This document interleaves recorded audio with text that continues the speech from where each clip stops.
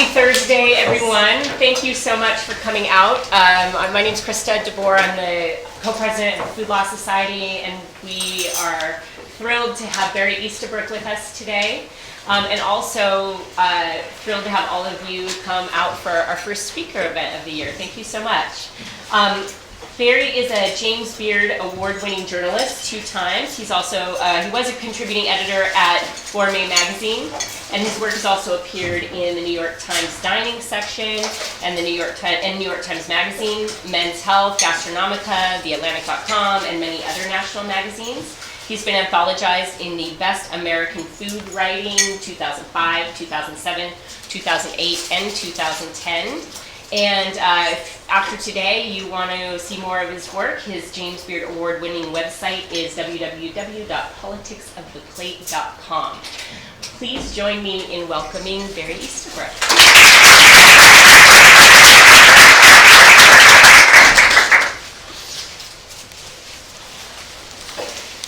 Just gotta figure out how to turn myself on. Well, first of all, I want to thank you for having me.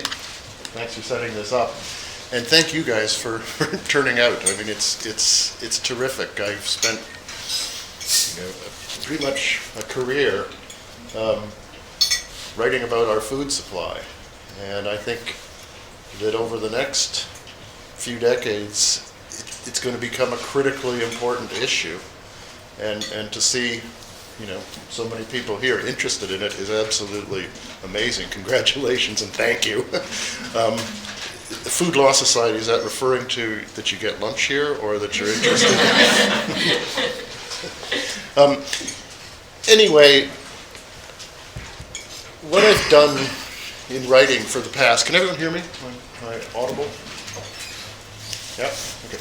For the past decade or so is to try to write about where food comes from, how it's produced, and who produces it. Because I think that that's one area that the modern food production system has really gone out of its way to hide from consumers.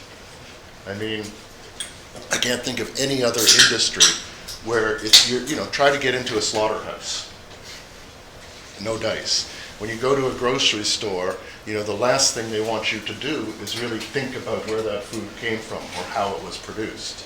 They want you to think of a tomato as a tomato, as a tomato. And, the fact is that, there's huge differences between tomatoes. The industrial tomato bears no resemblance to something you'll pick up in the farmer's market or grow in your garden.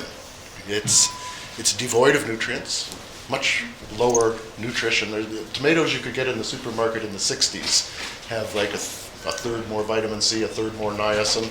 The modern tomato beats their pants off in sodium, but other than that. So the more I was sort of thinking about tomatoes, the more I realized that the modern industrial tomato is kind of a poster child for so much that's wrong with our food system today. I mean, we foodies like to sort of chant along about organic and sustainable and local and fair trade and all this. They almost become like a mantra. You hear them so often, read them on menus so often, background noise. Well, the fact is, all of those things mean something. And you can see what they mean in the industrial tomato, because this is what you end up with when all of those things are stripped away. I focused on Florida because it's where a third of the fresh tomatoes that we eat are grown, and in the winter months, there are times when virtually all the tomatoes that are consumed in the United States come from Florida. Tomato growing in Florida is big business.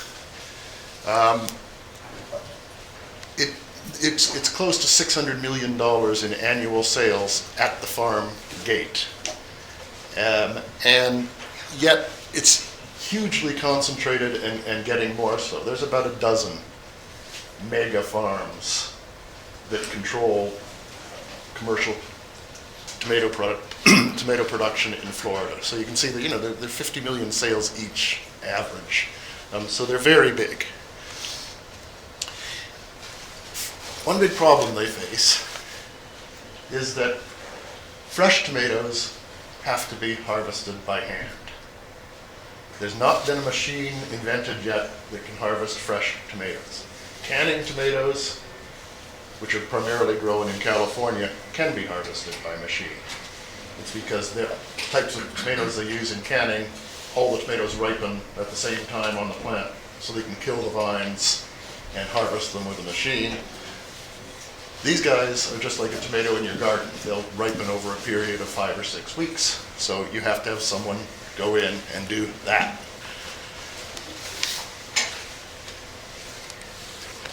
These people who do that work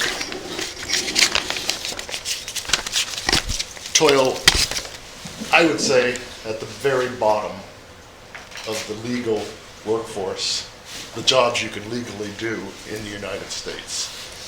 It's dangerous work, it's very low paying work, and as I'm sure you know, agriculture workers, the National Labor Relations Act does not apply to them. When Roosevelt was trying to get that act through in the late 30s, they were originally included with all the other workers. But Southern senators, the Southern Democrats that he needed to get the bill passed, were balking. Some cynics say it was because the agriculture workers in the South were blacks. But they were balking, and so agriculture workers are specifically written out of that act. They are not defined as employees under this act. What that means is that, you know, they're entitled to no overtime, even if they work more than 40 hours a week or 8 hours a day. They have no vacation pay, no sick leave, no benefits of any kind. They don't have the same protections to bargain collectively as other workers. They're still paid partially on a primitive piece basis. They pick these buckets, and they get, depending on who they're working for now, 50 or 60 cents a bucket. The law requires that they, no matter how many buckets they pick, they must make at least minimum wage, which in Florida is $7.25 an hour. But this law is routinely flaunted. You know, there's many ways that the growers get around paying them what they're due. I mean, the biggest problem is they load them on buses, take them out to the fields, and then hold them on the bus for several hours, not paying them, even though technically they're supposed to, or legally they're supposed to. So it's a very, very primitive system. The Labor Department estimates that the average farm worker in the United States makes between $10,000 and $12,000 a year. The average life expectancy of a farm worker in the United States is 49 years.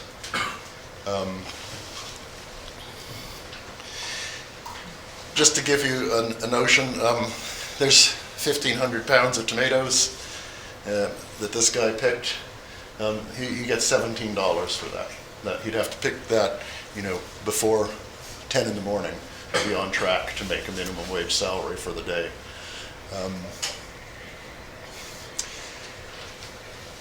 In Florida, the workers most of them don't live on the farms themselves, and they have to live near areas where the crew bosses come to meet them every morning to take them to the fields. Crew bosses will have between 50 and 100 people working for them, and they drive these superannuated school buses. And in this case, in Immokalee, which is in southwestern Florida, a town, there's a central sort of parking lot where all these school buses pull up every morning before dawn to pick up the workers for the day. And the workers have to live within walking distance of this square because they don't have cars. So what's happened is this town has been taken over by rural slumlords. And these people live in buildings that wouldn't pass inspection anywhere else in the country as livable, as habitable. Whenever the county or someone tries to shut them down, the slumlords, they contend that they're grandfathered in because these trailers have been there for 50 years before there were zoning laws or anything like that in this area. So they haven't, they can't do anything about it. So this particular trailer I walked through this trailer one day. 10 guys lived in there. It's a 2-bedroom trailer. 3 mattresses, single twin bed mattresses on the floor, no space between them really. 2 hung from the ceiling on plywood sheets. 5 guys per room. Worse conditions than the dorms around here, I suspect. But more to the point, bathroom was like an airplane lavatory, a little tiny space with one of these metal shower stalls. The toilet had no seat on it. You try to picture 10 guys coming home after working 10 hours in the Florida heat, covered in sweat, covered in pesticides. How would they get a shower? Kitchen really had an inoperative stove and fridge. There you go. Again, 10 guys having to get something to eat. Most of the time they have to pay more expensive to eat out. This trailer costs $2,000 a month to rent, which is, when you think about 10 people in that space, it's outrageous, but that's what it costs. And so even if they're working, that sometimes it's very hard for them to break even on a week-by-week basis, given the food costs, the rent, and so on. For some people, it's much worse. Southwest Florida, which is where that town of Immokalee is, and it's probably one of the largest growing areas in the state for tomatoes, is ground zero for modern day slavery. That's not me saying that. That's Doug Malloy, who's the U.S. attorney for that region, and he's become, quite accidentally, an internationally renowned expert on prosecuting slavery cases. 7 major cases in the last 15 years, talking about 1,200 people freed. And as Malloy says, that's just really the tiny tip of the iceberg. Slavery cases are really hard to prosecute. The first problem is you need a witness. And if you've been kept as a slave and you get free, you're not likely to wait around town or run to the police. You're going to hightail it and get as far away as you can and not want to have anything to do. So that's one of the big problems. And they want to be very certain before they bring a case, because they don't want to set an example that, this is a crime that you can get away with. So that 1,200 figure is just very, very small percentage. There's 2 cases percolating right now that may or may not come to court, so it's an ongoing problem. And we're talking about slavery, okay? It's not near slavery or virtual slavery, it's abject slavery. We're talking about people being bought and sold and negotiated for, just like animals. We're talking about people who are shackled in chains at night to keep them from running away. We're talking about people who are beaten if they don't work hard enough, if they don't feel like working, if they're sick, to make them work harder. We're talking no pay or minimal pay. Sometimes they'll throw them $20 a week just to sort of keep hopes alive. Again, not me talking. That all came out of court documents that are available in Fort Myers, Florida. All of those things, the chains, the beatings. Malloy, the U.S. attorney, went so far as to say that if you've eaten a tomato in the wintertime, a fresh tomato, in the United States, that he guarantees that you've eaten a fruit picked by a slave.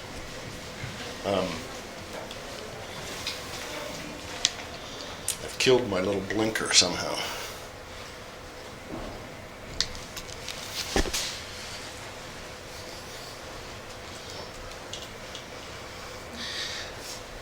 It sounds counterintuitive, and it did to me at first, but Florida is probably the worst place you can choose to grow commercial tomatoes. It's reasonably warm in the wintertime, yes, but it's always humid. And soil, well, it's not soil. The tomatoes are either growing in sand, or there's this coral gravel area south of Miami. Zero nutrients. The humidity, tomatoes can't stand humidity. Their wild ancestors are desert plants from western South America, like Ecuador, down to Chile. Those are, some of the driest places in the planet. And that's why tomatoes like Italy and they like California. They love those summer days with no clouds and no humidity. So everything that will destroy a tomato thrives in humidity. And Florida's got that in spades. Florida growers can apply up to 110 different pesticides, herbicides, and fungicides to their crops in the course of a 6-month crop season. They include products that the EPA considers the most toxic chemicals in the arsenal of modern agriculture. They give skulls and crossbones. They're called acutely toxic, but it just means they can kill you right away. Virtually, in surveys, 96% of farm workers report that they have been exposed to pesticide at work. 63% said that it's touched their clothes. 50% says it's touched their skin. The worst thing is 29% of them say it touches their skin daily, these chemicals.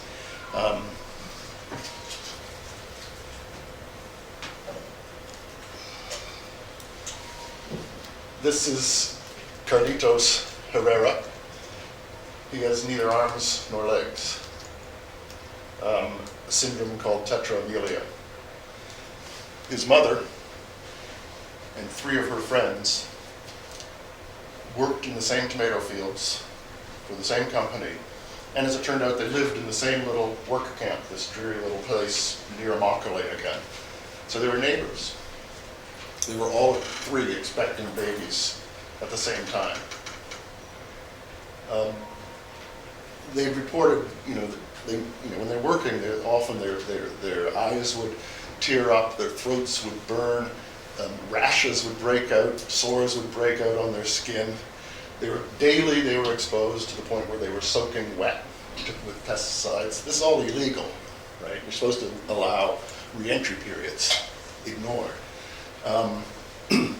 They asked their crew boss if they could quit, because they knew this wasn't good for their babies. Certainly wasn't good for them. And the crew boss said, who was also their landlord, said, sure, quit, but get out of the trailer, because I'll need someone there who's going to work. So they're in this catch-22.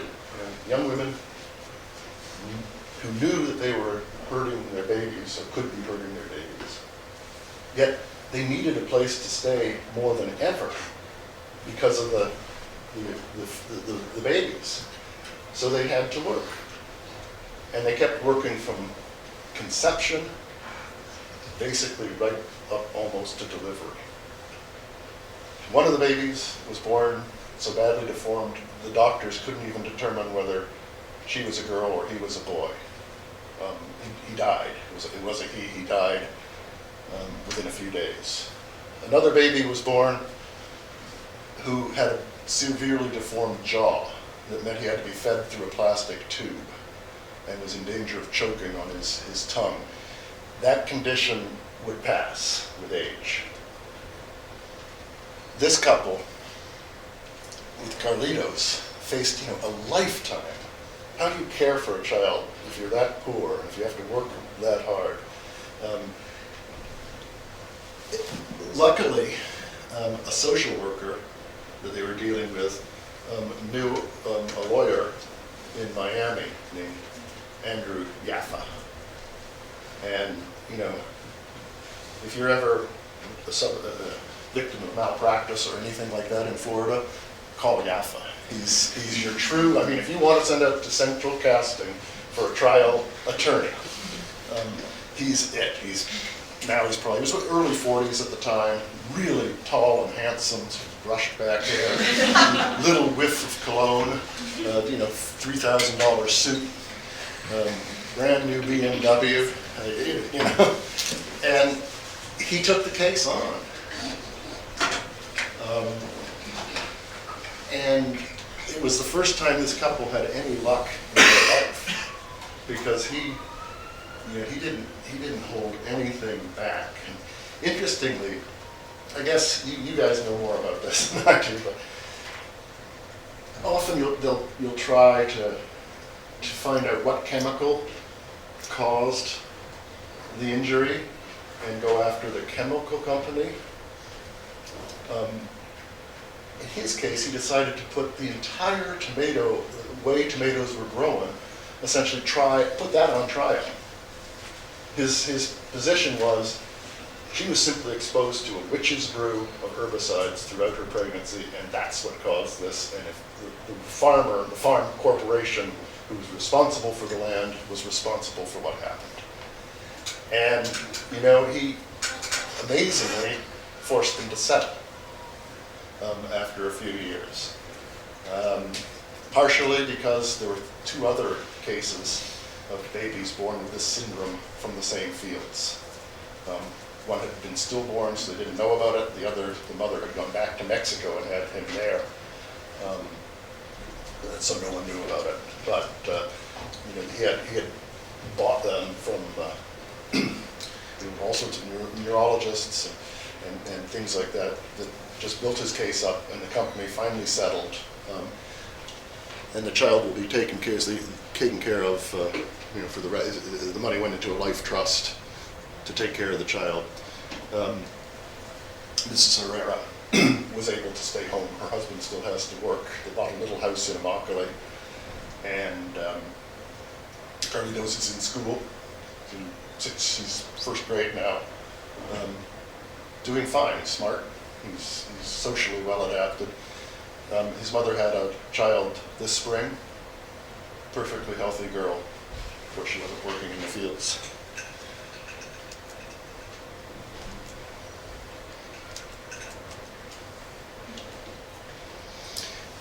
So this is a horrific situation, but for the last 15 years, a group of workers in Immokalee, the city that we've been talking about, has been working to improve the situation. They truly are grassroots. A lot of them are farm workers.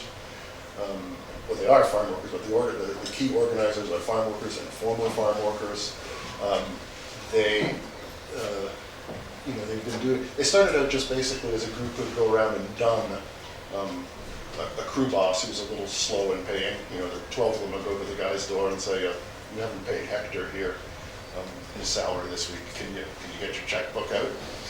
But then they grew more and more sophisticated, and they came up with this notion. They called it the Fair Food Campaign, and it was aimed at curing a lot of the stuff that you just saw. And they tried it first with the farmers, and the farmers said, "Look, we're being squeezed. We sell to McDonald's, we sell to Walmart. You know, they're squeezing us all the time. We can't give you any more money. We're broke ourselves." And they realized you couldn't really pressure the farmers because no one knows these companies. You know, you've never heard of 6L's Packing or Pacific Tomato. These are huge companies. You've eaten their food. And then one of the workers just said, "Well, why don't we go to the end users?" And he said, "I think we should go to Taco Bell." That was when they had that obnoxious Chihuahua with the Mexican accent, which was really insulting to these people too. You know what I mean? And so they did. They spent 4 years of boycotting hunger strikes and demonstrations, and they've got shareholders, movements going. University students, there's something called the Student Farm Worker Alliance, became involved. And they actually got Taco Bell kicked off 20 university campuses, at which point the executives said, because Taco Bell was aiming at the university age group. This is a problem. And they signed this, they were the first company to sign this fair food agreement. It gave the workers a penny more a pound. Now, a penny more doesn't sound much. It's the difference between $40 and $70 or $80 a day. The difference between you can't make ends meet and a crappy, but at least livable salary. Other astounding changes that they had to agree to. Something called punch clock, which had never before been used in the tomato industry. So, and they actually had to put up little tents in the field to give shade to the workers at lunchtime. Nothing radical, Set up a grievance procedure so that if there was a case of, a dubious crew working in the fields and the workers thought there may be slavery or something going on, that you could report that on a channel. Channel for reporting sexual harassment, which is really, really common in the tomato fields. All of these things. And each work crew, again, about 50 people, would have 2 people trained in basic first aid and health. Often it's difficult to detect the signs of pesticide poisoning initially, because it can be like the stomach flu or a bad hangover. But they're trained in this sort of thing. Something totally simple. You see that before bucket? And you see the after bucket? They made them do the before bucket before, when in fact, each bucket's supposed to weigh 35 pounds. This is 35 pounds. So for years, these guys were giving 10% of their tomatoes, they weren't getting paid for them. And so little things like that. So Taco Bell came aboard, and then they took aim at McDonald's. And after a couple of years, it came aboard. Then they took, then they moved down, Burger King, which fought hard, that came aboard. And gradually they got all of the major fast food chains to sign on to this agreement. We'll pay you a penny a pound more for our tomatoes, and we want our tomatoes picked under these fair, the other principles I talked about.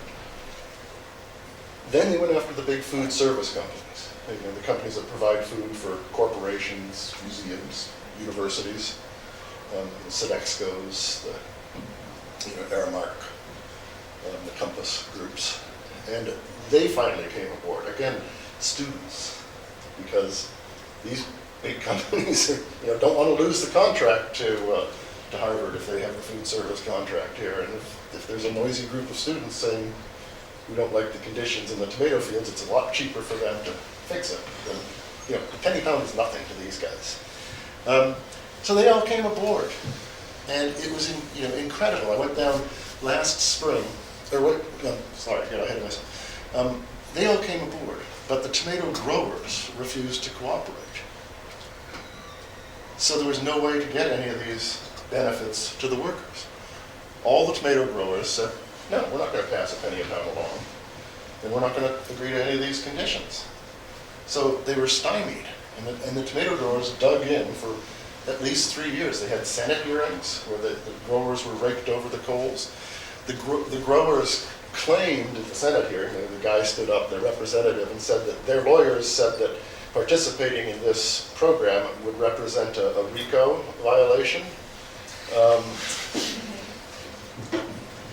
At which point, my own senator, Bernie Sanders, stood up and said, I have a letter here from the deans of 24 law schools saying that that's bullshit.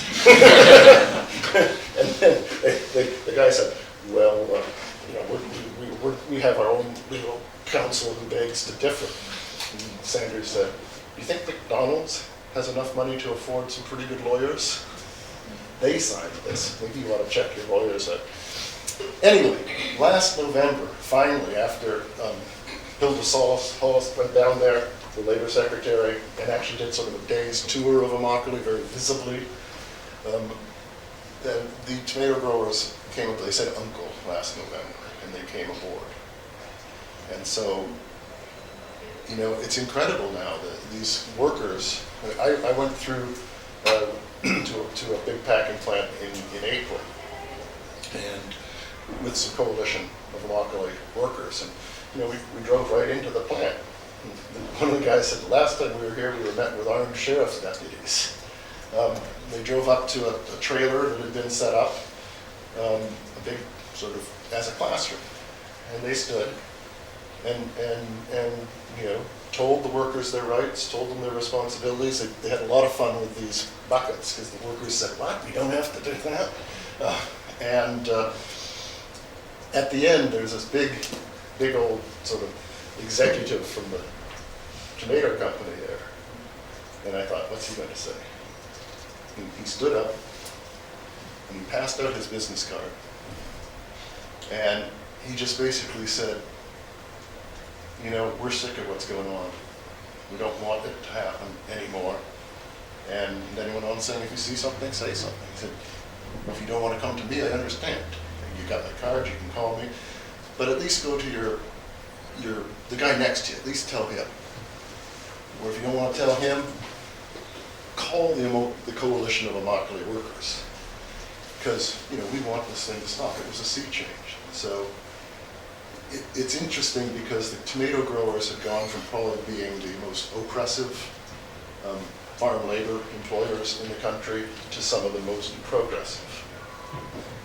Only one problem remains, and that is that none of the supermarket chains in the country, with the exception of Whole Foods, have signed on to this agreement. But that means about half the tomatoes are still picked at 50 cents a pound. Without that penny a pound raise, $50 a day. It means that half the tomatoes are picked without necessarily having the protection of, you know, punch clocks, a grievance procedure. And the coalition, this is a demonstration this spring back in, you know, down in the Back Bay. What's the square called right there? Copley. I think it was in Copley. Copley, right, Copley Square, to try to convince Stop and Shop to come aboard with this and agree to the penny a pound. And so far, none of the supermarket chains have. The coalition is right now, you know, focused its effort on them. And given their track record, I think things will improve over time. But this is a template that really points the way for farm workers, because they're notoriously hard to unionize. And the turnover is so high, they may have 10 employers in the course of a year because they're migrants. And, you know, even in California, the United Farm Workers really is falling apart. But this grassroots group of workers, you know, a lot of them not very sophisticated, certainly not educated, certainly not English speaking, thinking that, wait, if we bell the ultimate cat, the Taco Bells or the users, then we can succeed. And they've built a template, I think you'll see it followed in the coming years. Anyway, thanks a lot. I can field some questions if there are any questions. In terms of the half the tomatoes still being grown at the old rate, is that half of the companies that haven't, half of the tomato growing companies that haven't come aboard, or no, the parts of tomatoes? The growers now have come aboard. They've agreed. You know, it's like the pipeline has been built. What clearly isn't flowing is the money, and let's face it, the money is really important to these guys. I mean, $50 on a good day, you know, a salary of $10,000 a year. Money is, you know, a lot of problems could be solved by raising the minimum wage to farm workers to $10 an hour because they're just so poor. But it was an interesting example. I asked one of the coalition guys, I said, so what's the big deal, other than the penny a pound? And he gave an example of this one farm that dealt with primarily with one of the big fast food joints. And there was a really, really, from a work standpoint, productive, good crew boss. Like his crews were really productive, really professional, been there for years, was well liked, and a bunch of women taking care of these grievance procedures came forward and said he's abusive. He harasses us constantly. Like I say, it goes on all the time. If a crew boss puts you near where the trucks are parked that you dump the tomatoes in, you can make almost twice as much money in a day than if you're put far away. So, how that could work. But anyway, so the coalition went to the owner of this farm and said, "We've got a problem with this guy." And the farmer at first was reluctant, he said, "Well, maybe we should reprimand him, maybe." And the coalition said, "No, whoever it was, McDonald's, Burger King, signed on that they're not going to tolerate this, so get rid of him." And they did. So that's sort of the moral suasion of not having the grocery stores is important too. Yeah. Hi, thanks so much for this great presentation and the updates on Immokalee. I work at Babson College. I have a new startup working on food system innovations, and I'm really curious from your kind of wide lens view of using tomato as an example of some of the dynamics in the supply chain, the moral supply chain and the literal movement of this fruit through the consumer. Where do you see the blocks to the level of awareness of real slavery and real labor injustices? As you started, you talked about, foodies talk about sustainable, organic, local, fair trade. And fair trade, I think, still has the assumption that we're talking about from another country with a different legal system. So where are you seeing the blocks to consumers understanding this piece? Because I don't see a lot of consumers understanding this piece. No, we're really, it's only, as a food journalist, these workers used to be invisible to me. I was down there doing a piece about why tomatoes don't taste good when this horrendous slavery case just, I was in Monopoly, and this was when all these chains and knifings and beatings were taken. They got the slavery ring got busted. And I thought, what? An hour from Naples, Florida, which is the second richest municipal area in the United States. 40 months, they're invisible, and I don't think, it's odd that it's very hard for people to get worked up about farm laborers. I suspect if these people were blonde-haired and blue-eyed, there would be more attention paid to it. But they're pretty much left on their own. The interesting thing you were pointing out about fair trade, these supermarkets do have they insist their coffee is fair trade. They're talking about South America and Africa. But this is basically, the Fair Food Agreement is similar in many ways to a fair trade deal, but they just won't deal. Trader Joe's is one that they've been pressing because it sort of makes a big thing out of being fair trade and all that. But yeah, it's odd why that hasn't happened. So do you see any openings? Do you see any places for better, who are the players that need to help to engage consumers so they understand that piece? Well, media.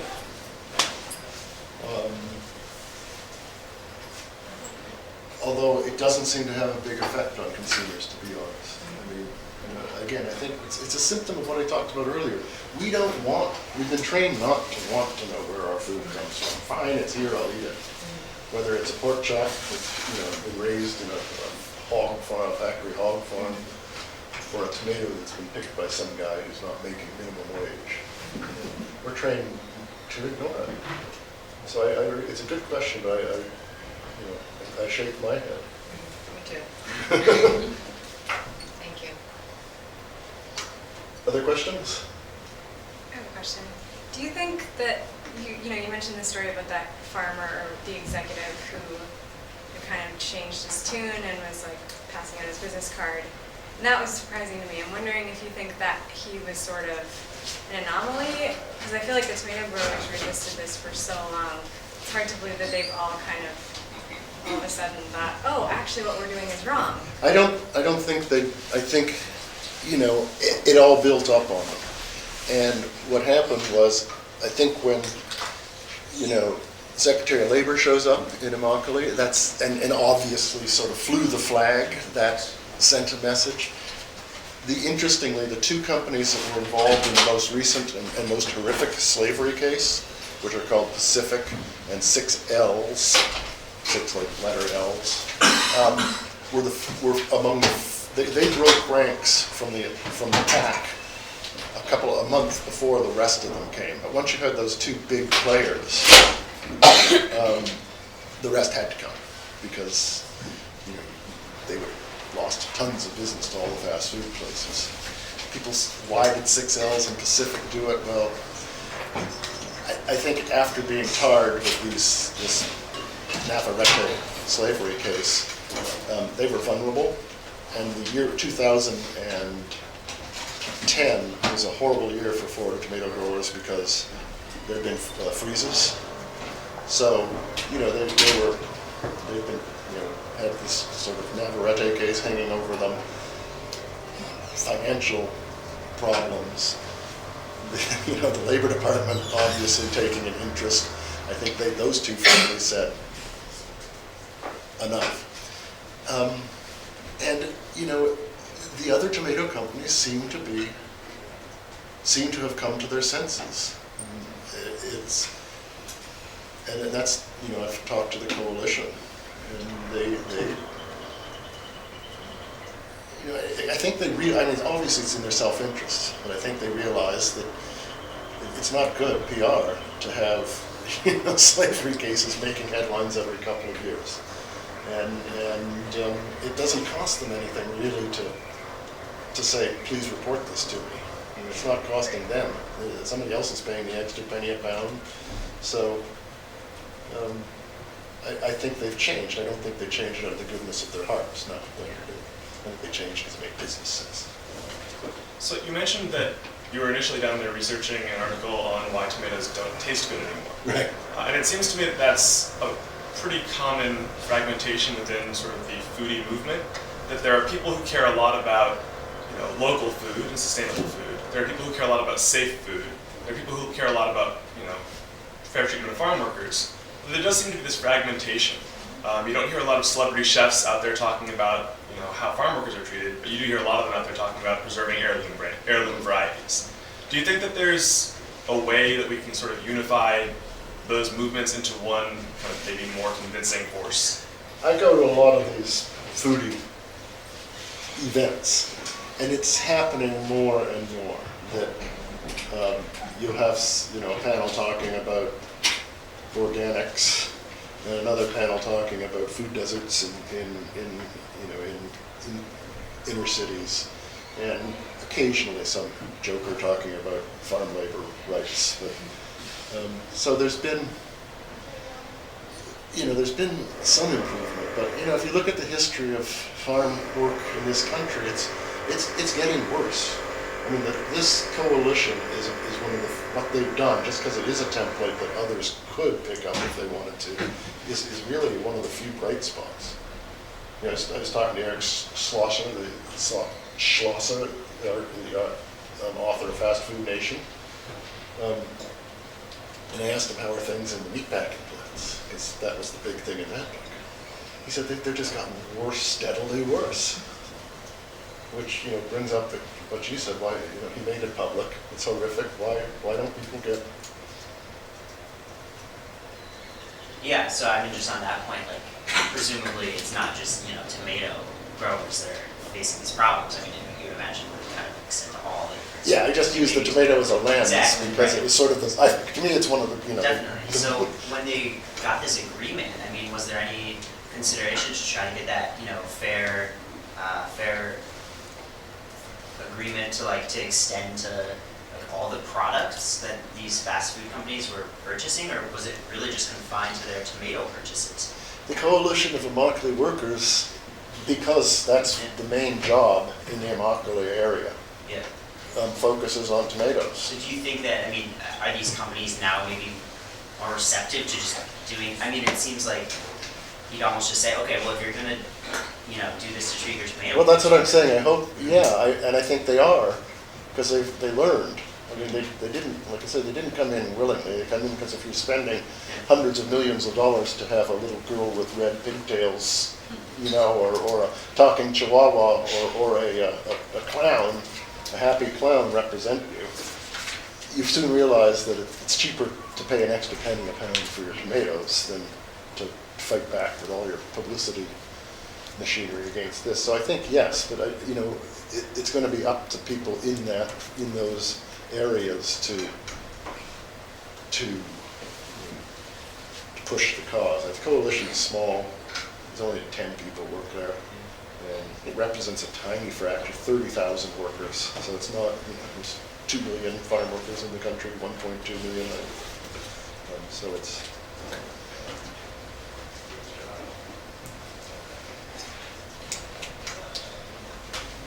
Do you think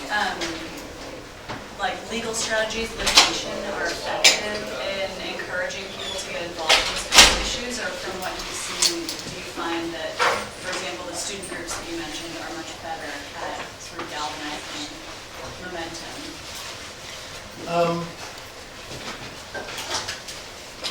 I think that there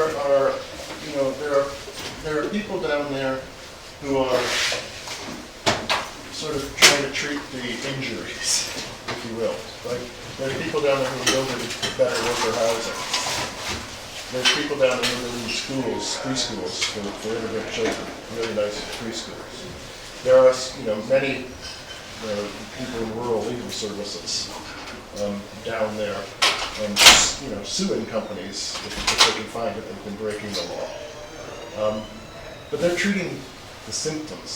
Something what the workers have done is sort of tried to get at the root cause of these problems, which is these below minimum wage conditions, sort of unaccountability. So there's a lot of groups working, but I think the coalition by taking it to the broader public and going out to these huge corporations has had a more profound impact and probably a longer lasting, probably more sustainable. I mean, you can have people going along suing, so the world ends, and it's still not going to solve the problem. You can have people building individual houses, again, but wouldn't it be better to a guy can make enough, woman can make enough money to rent a decent place? So I think it's systematic sort of changes that really have to come about. I think we just have to realize that the food system is built on top of a foundation of people who are underpaid, grossly underpaid, abused, illegal. I mean, that's that's who feeds us. That's the base of our food system. Whether it's a tomato or a hamburger patty, it's think about it. It makes no sense to base something as important as that on a political force that's illegal, underpaid, abused. Well, we're mindful that a lot of people have already left and are going to class, so we should probably wrap up, but I'm sure that Barry will stick around for a couple minutes if anyone has other questions. So help me thank